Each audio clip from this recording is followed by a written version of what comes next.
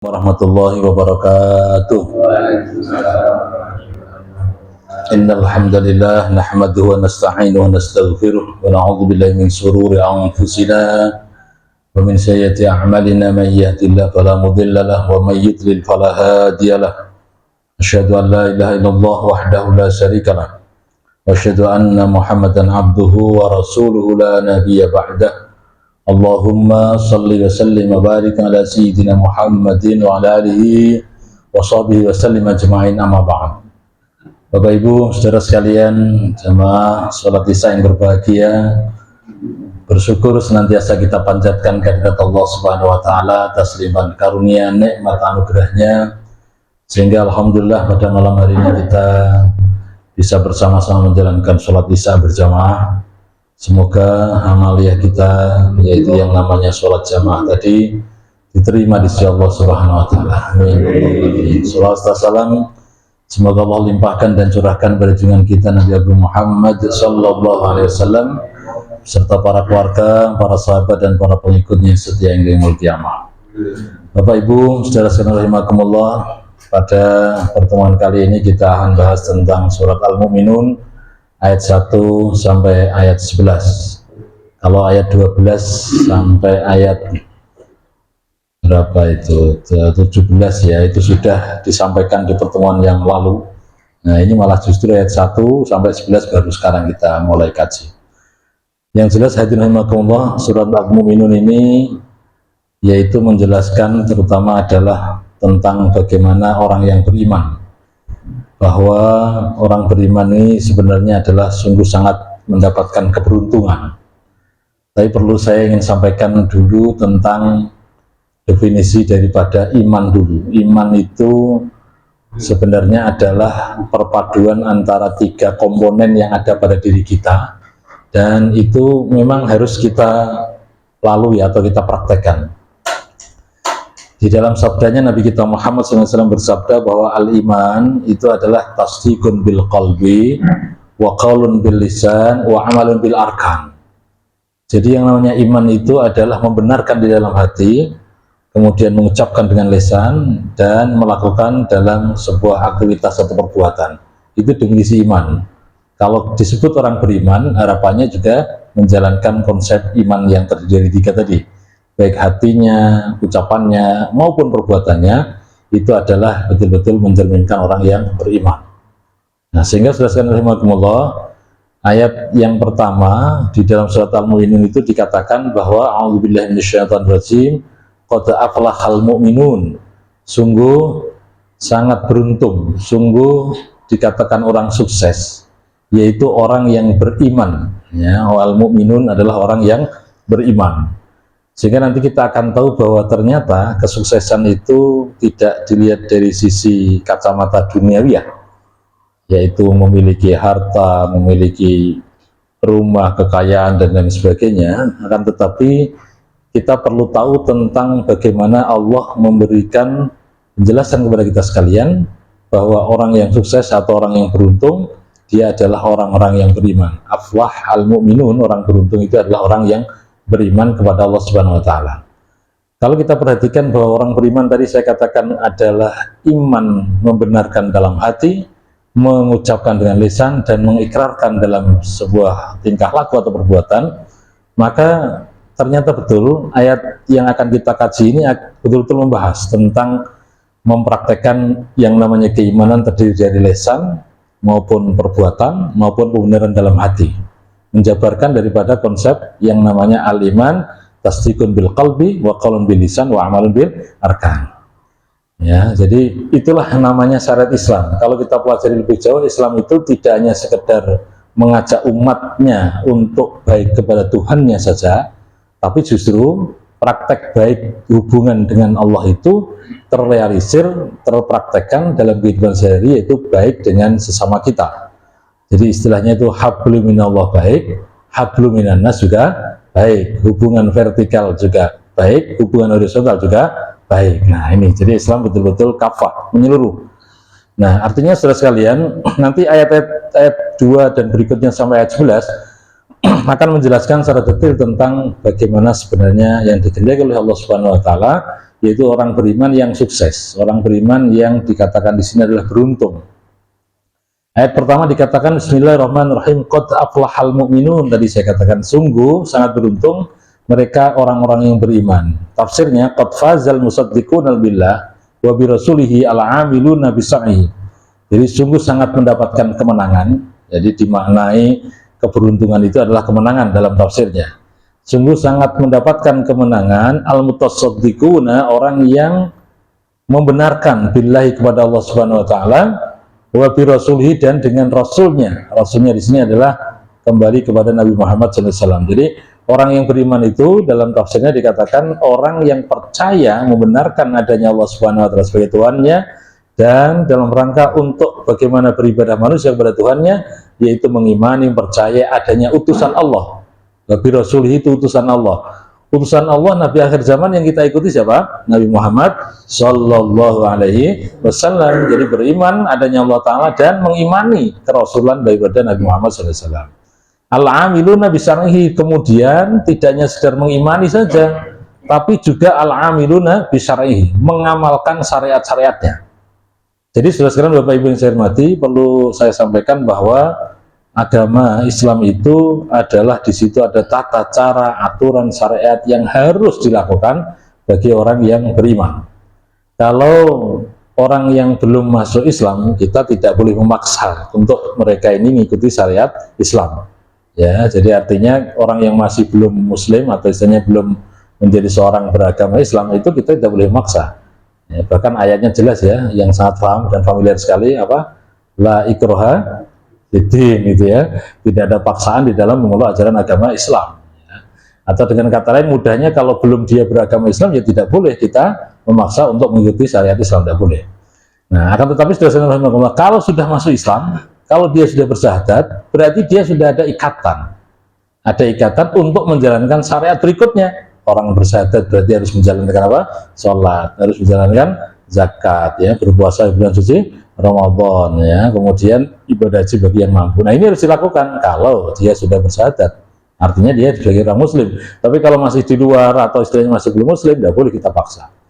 Nah, sehingga di sini dikatakan bahwa yang dimaksud dengan al-mu'minun itu adalah al-amiluna bil syar'ihi, orang yang beramal syariat-syariatnya Nabi Muhammad SAW. Baik, sudah rahmatullah, Nabi kita Muhammad itu adalah Nabi akhir zaman. Yang mana Nabi akhir zaman itu berarti setelahnya tidak ada Nabi dan Rasul. Sehingga kita meyakini kalau ada orang yang mengaku Nabi dan Rasul setelah adanya Nabi Muhammad, berarti Nabi apa? Nabi palsu. Kita jangan percaya apa yang diomongkan, walaupun dia adalah hebat, ya, mempunyai kelebihan yang tidak dimiliki orang lain, ya, cara istilahnya itu sekti mondro gunung ora cerdas tapak paluni pandi ngotot balung mesi apa itu. Ya, besok ini ceritanya kan ada wayang, besok atau wayangnya Pak di kita itu di Gedawang besok wayangnya kapan? malam Ahad Pak, ya. Ya, ini jadi mulai besok pagi itu ada apa pengajian mumpuni gitu ya, ustadzah mumpuni, ustadzah manten anyar itu. Nah, kemudian malamnya apa, ada wayangan, ya. Jadi kalau yang namanya Pak Dalang itu memberikan condro atau istilahnya namanya itu siapa itu, Gadut Koto ya, itu ya, siapa itu, otot kawat balung wesi kan gitu ya. Jadi walaupun orangnya sekti mundur gunung atau pinternya luar biasa, kemudian dirinya mengakunya sebagai seorang nabi atau rasul utusan Allah, nah itu nggak usah kita percaya, itu jelas nabi palsu, ya. Sehingga kalau kita apa namanya menuduh orang seperti itu nggak usah kita percaya, gitu ya. Apalagi kemarin sempat ramai ya Ramadan apa itu yang di Jogja itu apa, sebelum Idul Fitri tapi disi itu dan dahulunya itu nggak tanggung-tanggung itu hari Jumat, berarti kan jauh sebelum Idul Fitri itu. Wah, gitu ya, apalagi mengatakan sudah telepon sama Gusti Allah. Wah, ini tapi ya itulah ya Pak ya, ya itu namanya manusia. Tapi kelihatannya sudah diklarifikasi dan lain sebagainya, sudah dinasihati oleh orang yang berhak untuk menasihati Pak ya. Yang jelas kita harus paham bahwa kita itu mengikuti ajaran sunnah Nabi Muhammad SAW. Baik, ini yang pertama. Jadi qad aflahal mu'minun, yaitu qad faza al-musaddiquna billahi wa rasulih, artinya adalah orang yang mendapatkan kemenangan, peruntungan, orang yang meyakini adanya Allah sebagai Tuhannya, Nabi Muhammad sebagai utusannya, dan menjalankan syariat-syariatnya. Baik, kemudian yang kedua, Dilanjutkan dengan ayatnya, siapa sebenarnya al-mu'minun tadi? Siapa tuh orang yang beriman, yang tadi dikatakan beriman pada Allah, pada Rasulnya, menjalankan syariat, itu siapa? Mereka ini siapa? Ayat berikutnya hadirin rahimakumullah itu menjelaskan, alladzina hum fi sholatihim khashi'un, yaitu orang yang dimana saat sholat dia merasakan betul-betul khashi'un, khusyuk di saat sholatnya. Angel apa gampang sholat khusyuk, Pak? Susah, Pak, ya. Jadi kita itu praktek sholat khusyuk itu susah gitu ya. Tapi yang jelas sederhana saja. Menurut Imam Al-Ghazali itu dikatakan yang namanya khusyuk, yang penting saat niat awal itu kelingan, Pak. Antara yang diniatkan dengan praktek kenyataannya itu sama. Kalau sholat duhur niatnya ya sholat apa? Duhur. Kalau pas asar niatnya juga sholat asar. Ada, Pak, yang kuali itu kira-kira? Ada, Pak, namanya kalau lupa ya, Pak. Ya, saya pernah ngalami masalahnya. Waktunya sholat duhur harusnya, tapi karena saat itu mendung gitu ya, dan juga kebetulan kaidullah tidur dulu. Nah, ketika itu niatnya keliru di sholat asar. Nah, kan bisa, Pak. Untungnya makmum, Pak. Nah, makmum sehingga saat itu terus kelingan. Nah, setelah kelingan berarti harus batal, Pak. Mengulangi lagi. Apa? Ya takbiratul ihram lagi, niat bahwanya sholatnya ada sholat duhur. Jadi, dan itu manusiawi. Nah, kata Imam Ghazali, cukup kalau misalnya pas khusyuk itu yang penting adalah mengawali saat takbiratul ihram sesuai dengan niat dan kenyataan sholat tersebut itu apa. Ya, jadi kalau duhur ternyata duhur, asar, maghrib bisa gitu ya, sesuai dengan niat dan kenyataannya. Baik, jadi yang jelas yang pertama yang disebut dengan orang yang beriman yang mendapatkan keberuntungan, dia adalah alladzina min sifatihim annahum fi sholatihim khashi'un. Yaitu mereka ini adalah dalam mensifati diri mereka itu di dalam sholatnya selalu khasyi'un, khusyuk. Nah, khusyuk menurut definisi tafsir mudah ini adalah tafsir muyasar, yaitu tafruhu laha qulubuhum wa taskunu jawarihuhum. Maksudnya begini, yang dimaksud dengan khusyuk kalau menurut tafsir ini secara mudahnya adalah mengosongkan hatinya itu dari kehidupan duniawiyah, ya, khusus fokus menjalankan ibadah sholat. Artinya apa? Tidak membawa urusan duniawiyah masuk di dalam pelaksanaan ibadah sholat. Itu yang namanya khusyuk. Nah, yang jadi masalah itu kita ini kelingan barang hilang itu malah ketemu di saat apa? Sholat itu. Bahkan merencanakan sesuatu itu malah di saat sholat. Habis sholat saya akan begini-begini. Ada itu ide-idenya aja gitu ya. Nah, itulah menungso. Ya, jadi artinya memang berat ya, tapi tetap ayat ini tafsirnya oleh penulis dikatakan yaitu tafruku laha qulubuhum. Jadi betul-betul mengosongkan ya, dan laha di dalam sholat tadi itu adalah qulubuhum, hatinya dari hal-hal yang mengganggu di dalam pelaksanaan sholat. Berarti masalah duniawi itu harus ditinggalkan betul, dihilangkan betul. Nah, watas kunut jawarihum, dan jawari itu gerakan-gerakan sholatnya itu tadi itu betul-betul taskunu, itu tenang, mutmainah istilahnya ya, atau istilah tumakninah. Jadi gerakannya pun juga tenang. Artinya nggak ngebut, nggak kesusu gitu, Pak. Jadi kalau pas rukuk ya rukuk yang enak, sujud ya sujud yang nyaman ya, berdiri juga berdiri dengan nikmat begitu. Jadi harus betul-betul apa ya, tumakninah kalau dalam bahasa fikihnya itu. Nah, kalau di sini dikatakan wataskunu jawiruhum, itu artinya adalah tenang, rileks, pasrah pada Allah. Apa gerakannya itu nih, Pak? Makanya kalau saya merasakan lebih jauh ketika kita supaya khusyuk itu diantaranya adalah bagaimana kita menikmati gerakan sholat dan kembali kepada bacaan sholat. Artinya begini, jadi kalau suatu saat kita ini kemudian lari atau istilahnya pikiran kita jauh dari pelaksanaan sholat, maka harus kita kembali untuk bagaimana mengingat kembali bacaan sholat, mengingat kembali apa gerakan sholat dinikmati. Nah, itu insya Allah ingat kembali. Contohnya begini, Pak, tadi saya katakan ketika ada orang yang merasa kehilangan sesuatu, ketemu ini kan pada waktu rakaat apa? Sholat. Saat ketemu itu, Pak, tolong jangan diikuti itu. Contohnya begini, Bapak naruh pulpen, kita naruh pulpen. Saat itu pulpen ini kan ketrisut, hilang, ketemu toh. Sebelum sholat itu nyari pulpen kemana nggak ketemu-ketemu. Lah di tengah pelaksanaan sholat kok kelingan nih sholat itu di apa pulpen tadi berada di atas apa? Misalnya di atas almari atau begitu ya, kemudian di sebelahnya ada, itu kelingan, Pak. Nah, seingat ketika ingat itu, Pak, tolong jangan dilanjut. Dilanjut itu yakin sholatnya kelalen itu. Dilanjut maksudnya begini, ceritanya itu dilanjut. iya ya, aku kan naruh pulpen itu taruh kan di meja, sebelahnya ada buku. Nah saat itu memang saya dipakai anak saya. Nah, itu ceritanya dilanjut Pak, saya yakin rekaatnya kelalen itu, rekaatnya sebelum. Nah caranya bagaimana? Itu harus cut, harus dikat, harus dipotong, harus diputus. Setelah diputus itu maka kemudian kita fokuskan kembali kepada gerakan sholat. Jadi gerakan sholat maupun bacaan sholat itu untuk mengembalikan hati kita ini supaya tafrugul qulubum, supaya hati kita ini betul-betul kosong daripada pelaksanaan kegiatan aktivitas duniawi tadi. Fokus hanya kepada Allah Subhanahu wa taala. Jadi tafrugul qulubum itu fokus hati kita ini hanya kepada Allah Subhanahu wa taala, ya. Wa taskunu jawarihum, yaitu gerakannya pun tumaninah, tenang. Ingat sekali lagi, jangan kesusu, jangan ngebut, jangan cepat-cepat gitu ya. Harus betul-betul kita usahakan senikmat dan serileks mungkin. Makanya sebelum takbiratul ihram, Bapak sekalian saya hormati, ya, sebelum takbiratul ihram itu kita betul-betul merasakan nikmatnya dulu menghadap Tuhan kita Allah Subhanahu wa taala. Ya, jadi artinya dengan tenang, pasrah kepada Allah, dan kemudian baru setelah rileks tenang baru mengucapkan takbiratul ihram. Maka itulah pentingnya kita ini kenapa sholat jamaah. Kalau sholat sendiri Pak, kadang-kadang berat untuk khusyuk ini. Tapi kalau bareng-bareng jamaah gitu ya, itu saling menopang. Saling menopang itu artinya antara jamaah satu dengan yang lain.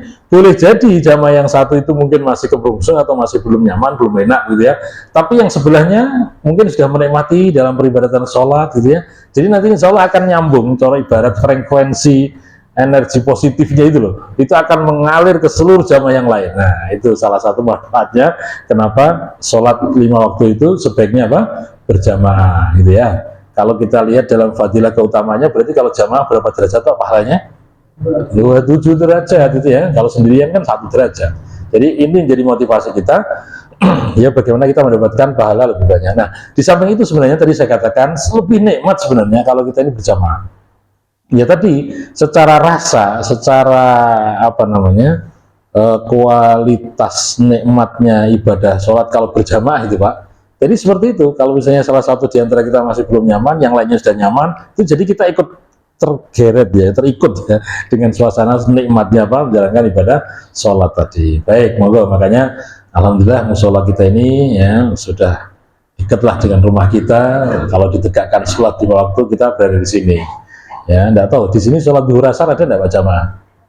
Ada Pak? Oh ada ya. Tapi ada ya. Ya, enggak apa-apa. Memang ada tempat-tempat tertentu musola itu kalau zuhur asar enggak, karena orangnya pada apa? Kerja. Termasuk di tempat saya di kampung, walaupun di kampung itu saya kan ada musola, ada masjid ya. Itu kalau zuhur asar subuh itu di musola. Tapi kalau asar, duhur sama asar gitu ya, kalau maghrib bisa subuh itu di musola. Tapi kalau duhur sama asar kita satukan di masjid. Alasannya sederhana, ben masjid penuh ya, karena musola-musola kalau diadakan sedikit ya, bahkan mungkin tidak ada tadi cuma loro, imam karo makmumnya kan begitu ya. Nah, jadi itu bisa ditegakkan berjamaah ya, bisa di masjid-masjid itu. Baik, Bapak saya hormati, saya lanjutkan lagi yang ketiga ya, ayat yang ketiga maksudnya adalah walladzina hum anil lagwi mu'ridun. Walladzina, dan orang-orang yang hum mereka itu anil lagwi, yaitu dari perkataan yang enggak bermanfaat, mu'ridun, mereka ini berpaling. Jadi Bapak Ibu Saudara sekalian saya hormati, ternyata ayat yang kedua dan ketiga ini itu ada rentetannya, ada kaitannya. Yaitu kaitannya berupa apa? Hubungannya ketika kita menjalankan sholat khusyuk, yaitu berarti harus kita tinggalkan yang namanya perbuatan atau tingkah laku atau tutur kata yang tidak baik, yang sia-sia itu ditinggalkan. Makanya tafsirnya di sini katakan bahwa walladzina hum tarikuna likulli ma la khair fihi minal aqwal wal afal, yaitu orang-orang yang mereka meninggalkan setiap apa yang tidak baik ya, setiap apa yang tidak baik bagi dirinya, minal aqwal, baik berupa perkataan, wal af'al maupun perbuatan. Jadi orang yang disebut dengan al-mu'minun ya, orang yang mendapatkan beruntungan yaitu orang beriman, itu dia ini selalu meninggalkan yaitu segala sesuatu yang tidak baik, perkataan yang sia-sia ya, perkataan yang membuat orang lain menyakitkan misalnya ditinggalkan, atau perbuatan yang tidak baik ditinggalkan. Jadi mu'ridun itu artinya adalah berpaling, harus ditinggalkan jauh-jauh betul. Jadi baik perkataan maupun perbuatan yang tidak baik itu harus ditinggalkan, gitu ya Pak. Jadi ini adalah orang yang disebut dengan al-mu'minun tadi, orang yang sukses, orang beriman yang sukses itu berarti harus meninggalkan baik perbuatan atau perkataan yang tidak baik, harus ditinggalkan. Nah, perbuatan yang tidak baik, perbuatan yang tidak baik itu kita tahulah nanti, lama-kelamaan kita akan mengerti mana yang baik, mana yang buruk gitu ya. Kita ini kan istilahnya sudah mumayyiz itu orang yang sudah bisa membedakan antara benar dan salah. Kita harus betul-betul kita pertimbangkan, tutur kata yang tidak baik itu kita tinggalkan. Ya, kemudian perbuatan yang sia-sia itu kita tinggalkan. Jadi segala sesuatu kita tinggalkan. Baik, ini adalah amalan yang harus kita lakukan. Yang kedua, kenapa ayat ini bahas sampai seperti ini? Kalau kita lihat suatu ketika Ibunda Aisyah itu sudah ditanya. Ibunda Aisyah itu adalah istri Rasulullah SAW, yaitu Rasul itu praktek akhlaknya itu seperti apa? Ternyata dalam riwayat dikatakan ya beliau membaca surat Al-Mu'minun ini ayat 1 sampai 11. Ya, jadi akhlaknya Rasulullah itu ya contohnya dalam surat Al-Mu'minun itu ayat 1 sampai 11 itu adalah contoh prakteknya Rasulullah dalam kehidupan sehari-hari. Maka sebenarnya Pak, ayat 1 sampai 11 ini ada 6 hal amalan yang kita lakukan itu sangat baik sekali dan memang harus jadi tuntunan kita. Jadi yang pertama tadi ulangi lagi adalah alladzina hum fi sholatin khusyin. Mereka yang sholatnya khusyuk, ini yang pertama. Yang kedua, walladzina hum anil lagwi mu'ridun, orang yang meninggalkan tutur kata maupun perbuatan yang tidak baik. Mu'ridun, mereka tinggalkan. Ya, menjauhilah itu. Hal yang sia-sia, hal yang tidak baik dijauhilah gitu ya. Baik, termasuk kumpul bareng-bareng sing tidak baik ya tinggalkan. Nah, kalau hanya untuk ngakrapi nggak apa-apa, tapi jangan masuk di dalamnya. Nah, contoh kumpulan bareng-bareng kayak rame-rame ngeramal hitungan togel itu, Pak. Mungkin kita kan ada yang kenal itu. Boleh kita nyapa gitu kan, boleh kita, tapi jangan ikut-ikut masuk di situ, nanti kecipratan Pak. Artinya apa? Ikut masuk di dalamnya. Kenapa begitu? Iya, karena saya pernah jumpa juga, saya tahu teman tetangga dan sebagainya ada yang ikut ngerubung itu, sebenarnya saya tahu, otomatis saya nyapa, saya juga lihat sebentar gitu kan. Artinya apa? Tapi jangan masuk ikut-ikutan ya, itu yang tidak boleh. Makanya harus mu'ridun itu artinya harus kita jauhi, kita harus menjauhi dari perbuatan atau istilah kata-kata yang sia-sia tadi. Termasuk yang lainnya Pak ya. Baik, itu yang kedua. Jadi apapun perkataan maupun perbuatan yang sia-sia harus ditinggalkan. Yang nggak ada manfaatnya tinggalkan saja gitu ya. Baik, tapi sekali lagi bukan berarti kemudian kita apa istilahnya ya saklek dalam bermuamalah ya, dalam bertetangga atau bermasyarakat. Tetap kita baik dengan mereka, tapi hal-hal yang tidak baik yang itu kita tidak bisa masuk di dalamnya. Nah, yang jadi persalahan itu begini, kan sok kadang-kala ada gerakan malam itu jogo Pak, di ronda malam itu loh. Di sini ada enggak Pak? Ronda malam itu kadang-kadang teman-teman ngajak apa namanya sing jogo itu Pak, ngajak apa namanya main kartu itu loh Pak. Tapi nggak ada uangnya. Oh, maksudnya ini nggak mau gak ada uang ya serah. Masih penting melek, yang penting jenengan tugasnya jogo. Jadi artinya ini hanya untuk supaya betah melek aja gitu ya. Ya, yang penting hati-hati Pak ya. Artinya kita nggak usah boleh pakai apa, pakai uang gitu. Atau di sana disiapkan catur biasanya. Pak RT itu kadang beli catur itu apa, sekak gitu Pak. Nah, itu ikut. Untuk jogo melek aja biar melek kuat gitu ya. Yang penting nggak boleh dipakai untuk alat apa, judi, tidak boleh ya. Nah, itu harus kita tinggalkan begitu. Baik, itu yang kedua. Yang ketiga, walladzina hum lizzakati fa'ilun. Ya, mereka adalah orang-orang yang senantiasa lizzakati, dalam hal berzakat itu fa'ilun, selalu mengerjakan. Ya, wajib dikatakan walladzina hum mutahhiruna linufusihim wa amwalihim, yaitu mereka orang yang selalu mensucikan dirinya dan harta mereka bi'ada'i zakatin, yaitu dengan mengeluarkan zakat. Bi'ada'i zakati amwalihim, yaitu dengan mengeluarkan zakat daripada harta yang dimiliki mereka. Al-ikhtilafi ajnasiha, yaitu sesuai dengan jenis-jenis yang dipraktekkan. Baik, ini yang ketiga Pak sekalian saya hormati. Jadi bagaimana diri kita ini harus mencoba untuk memahami bahwa dalam rangka untuk membersihkan diri kita, jiwa kita, rohani kita, dan membersihkan harta yang kita miliki, berarti harus kita sedekahkan. Harus kita zakati. Makanya kita harus tahu tentang belajar zakat itu ya. Nanti insya Allah di materinya Pak Rois ya, yang fikih harta itu siapa Pak? Yang fikih itu Pak Rois itu Pak Rois ya. Nah, itu nanti insya Allah silakan dibahas tuh, zakat apa saya perlu dizakati, kemudian apa namanya caranya, teknisnya bagaimana. Nah, itu bidangnya beliau karena memang jurusannya adalah syariah beliau tarbiyah dulu, tapi memahami itu. Tapi kalau saya kan tafsir lain. Baik, bahasa yang saya hormati, jadi walladzina hum yutahhirun, jadi mereka orang yang senantiasa memahami betul bahwa apa yang dimilikinya berupa harta benda yang ditipu oleh Allah Subhanahu wa taala itu harus dijakati atau disedekahkan, ya, diinfakkan kepada orang yang berhak. Ini penting, harus kita pahami. Baik, jadi ini supaya kita dikatakan al-mu'minuna, yaitu al-muflih, aflahal mu'minun, orang yang mendapatkan kemenangan, yaitu orang yang beriman. Baik, kemudian berikutnya, nah ini walladzina hum li furujihim hafizun. Nah, mereka walladzina, dan mereka orang-orang yang li furujihim, terhadap apa kemaluannya itu mereka hafizun, menjaganya. Maksudnya begini bahasa yang saya hormati. Tafsirnya di sini katakan yaitu bahwa walladzina hum li furujihim hafizun mimma harramallahu minaz zina wal liwat wa kullal fawahish.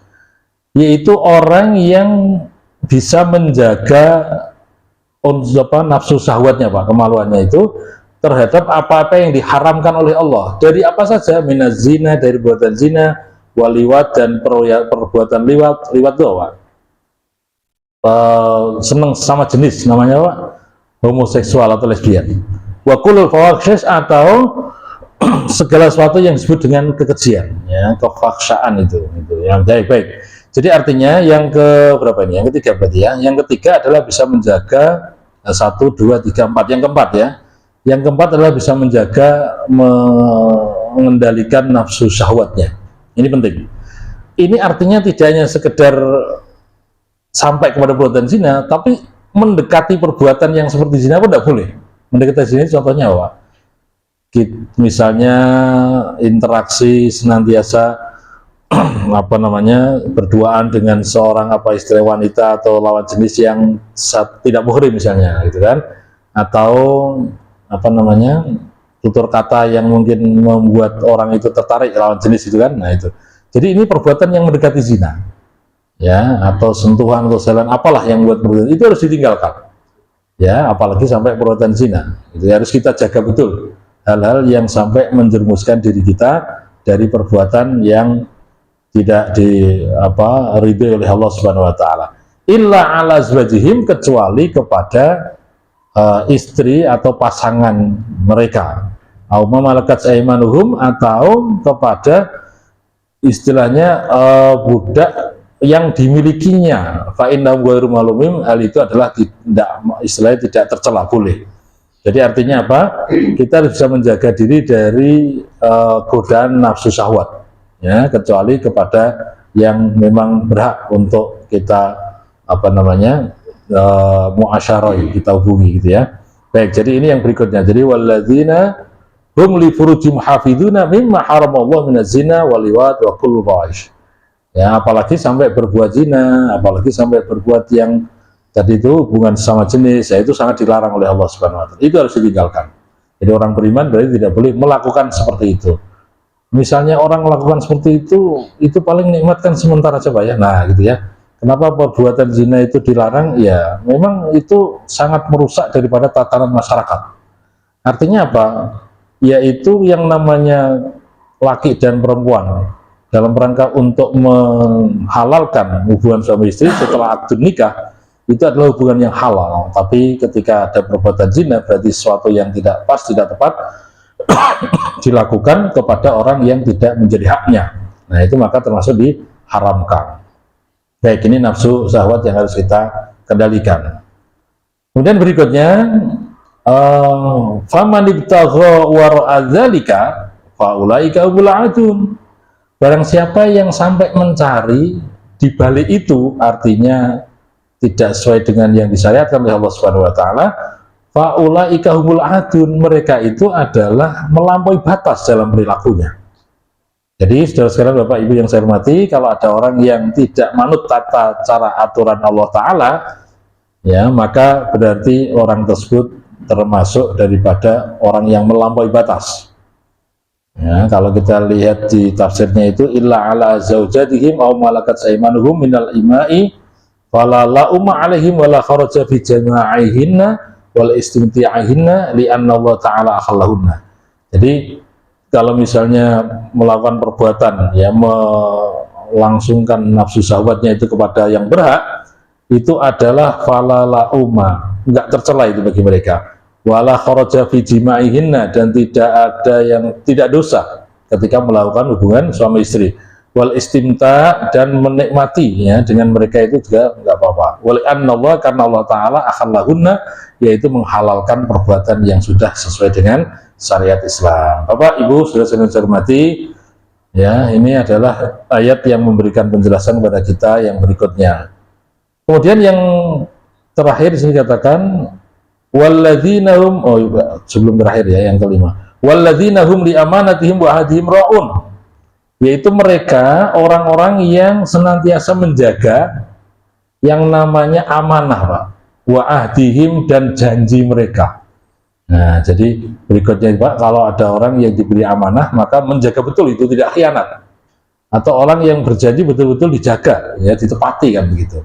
Nah, ini adalah etika Islam, Pak. Makanya dalam kita bermuamalah, dalam kita ini bekerja sama, berarti harus pegang teguh betul itu yang namanya amanah yang sudah kita sepakati, atau janji yang telah kita mufakati, itu harus betul raun, harus dijaga. Ya, kemudian walladzina hum ala sholawatihim yahafidun, yang terakhir di sini dikatakan adalah mereka orang-orang yang menjaga di dalam sholatnya. Menjaga sholat itu adalah artinya menjaga keistiqomahan dalam menjalankan sholat 5 waktu. Apalagi menjalankannya adalah ala waktu, ya, di atas waktu yang memang sudah ditetapkan oleh Allah Subhanahu wa taala. Nah, orang seperti inilah maka insya Allah itu mendapatkan berkah ridhonya Allah Subhanahu wa taala. Walladzina hum khafiduna likulli ma tuminu alaihi wafuna bikulli ahdihim, tadi ya. Jadi orang yang tadi menjaga amanah dan menjaga janji. Kemudian yang terakhir adalah orang yang menjaga keistiqomahan dalam mempraktekkan sholat 5 waktu. Ya, jadi artinya hadirin rahimakumullah, sholat itu sudah ditentukan waktunya. Bahkan dalam ayat dikatakan inna sholata kanat 'alal mu'minina kitaban mauquta. Kalau kita perhatikan, Bapak Saudara sekalian Ibu yang saya hormati, waktu sholat itu adalah tepat untuk diri kita. Ya, makanya saya pernah baca buku tentang sholat dan kesehatan itu, Pak, ya. Karya siapa itu, ahli dalam bidang herbal itu, siapa saya, profesor siapa saya, lupa saya. Hembing, ya, Profesor Hembing itu saya baca, ya Allah, ini betul-betul luar biasa. Beliau ahli dalam bidang herbalis gitu ya, tapi kemudian juga menganalisis dari sisi waktu sholat juga. Artinya adalah memang waktu sholat itu tepat sekali memang kita untuk menjalankan ibadah sholat, ya, terutama dari sisi kesehatan, Pak. Waktu duhur kita waktunya istirahat gitu ya. Tapi di saat itulah kita ini kemudian munajat menghadap Allah Ta'ala. Waktu asar juga begitu, ya, waktu maghrib. Jadi sesuai dengan kebutuhan kita. Walaupun kita nggak mikir, nek, kalau dulu seandainya sholat itu lebih dari 5, itu ngaturnya piye gitu. Dulu berapa jumlahnya, Pak? Ketika Isra Mi'raj itu 50, Pak. Kita bayangkan, nek 50 wajib untuk kita, ya kita bingung kapan melakonnya gitu ya. Tapi kemudian Allah takdirkan memang yang ditetapkan yang 5 ini. Ya, dan 5 inilah yang sesuai dengan memang kebutuhan kita sebagai manusia. Ya, makanya waktu sholatnya harus kita pertimbangkan, harus kita perhatikan. Sehingga yang terakhir tadi adalah walladzina hum ala sholawatihim yuhafidun. Ya, mereka orang yang beriman yang beruntung, ya, itu adalah orang yang menjaga sholatnya. Ya, menjaga sholatnya, apalagi sampai sholat pas di awal waktu. Saat azan dikumandangkan oleh muadzin kita, maka kemudian hati kita pun terketuk, ya, teringatkan bahwa diri kita ini ada panggilan untuk menjalani ibadah sholat, ya, sehingga orang yang berazan tadi itu walaupun dia manusiawi, tapi sebenarnya hakikatnya adalah ini panggilan Allah untuk kita menjalankan ibadah sholat. Kita jaga ini, yuhafidun, artinya kita jaga bagaimana praktek menjalankan sholat di waktu, yaitu sesuai dengan arahan dari Allah Subhanahu wa taala. Baik, saudara sekalian yang saya hormati, ke-6 hal tadi kalau sudah kita jalankan, ulaika humul warisun, ya, mereka itulah yang akan mewarisi, mereka itulah akan mendapatkan nikmat dari Allah Subhanahu wa taala, yaitu mewarisi apa? Alladzina yarithunal firdausa hum fiha khalidun, yaitu mereka akan mewarisi surga yang disebut dengan surga apa tadi? Firdaus, Pak. Ada surga Firdaus. Jadi untuk kita mendapatkan surga Firdaus berarti 6 hal tadi harus kita lakukan. Baik, mari kita ulang kembali 6 hal itu apa saja. Yang pertama yaitu sholat dengan apa? Khusyuk. Yang kedua yaitu meninggalkan perkataan atau perbuatan yang sia-sia. Yang ketiga, mengeluarkan apa? Zakat, ya. Kemudian yang keempat, ya, menjaga ya syahwat tadi, maluan itu ya. Yang kelima, yaitu apa? Menjaga amanah dan janji, Pak. Jadi kalau sudah janji, sudah amanah itu harus ditepati atau istilahnya dijalankan dengan baik gitu ya. Baik, itu yang kelima. Ojo nanti boleh janji, Pak. Kau yang berjanji, kau yang lagunya siapa itu? Jadi artinya kita harus berjanji, harus komitmen dengan janji kita itu. Nah, kemudian yang keenam, yang terakhir adalah walladzina hum ala salatihim yuhafidun, yaitu orang yang bagaimana bisa menjaga keistiqomahan dalam menjalankan sholat, yaitu ketepatan atau pas waktunya di saat menjalankan sholat, ya. Dan kalau sudah seperti itu, maka pantas layak untuk mewarisi surga apa tadi, Pak? Firdaus, insya Allah. Baik, Bapak yang saya hormati, saya kira sampai sini apa yang saya sampaikan. Untuk ayat yang berikutnya sudah ternyata, yaitu dari ayat 11 yang berikutnya menceritakan tentang proses kejadian manusia. Ya, sudah kita bahas di pertemuan 2 tahun yang lalu, sudah lama itu. Baik, terima kasih dari saya Christian, kurang lebihnya minta maaf. Kita bisa sharing atau diskusi setelah kita tutup resminya. Alhamdulillahirrahmanirrahim. Subhanakallahumma rabbana hamdika asyhadu an la ilaha illa anta astaghfiruka wa atubu ilaik. Assalamualaikum warahmatullahi wabarakatuh.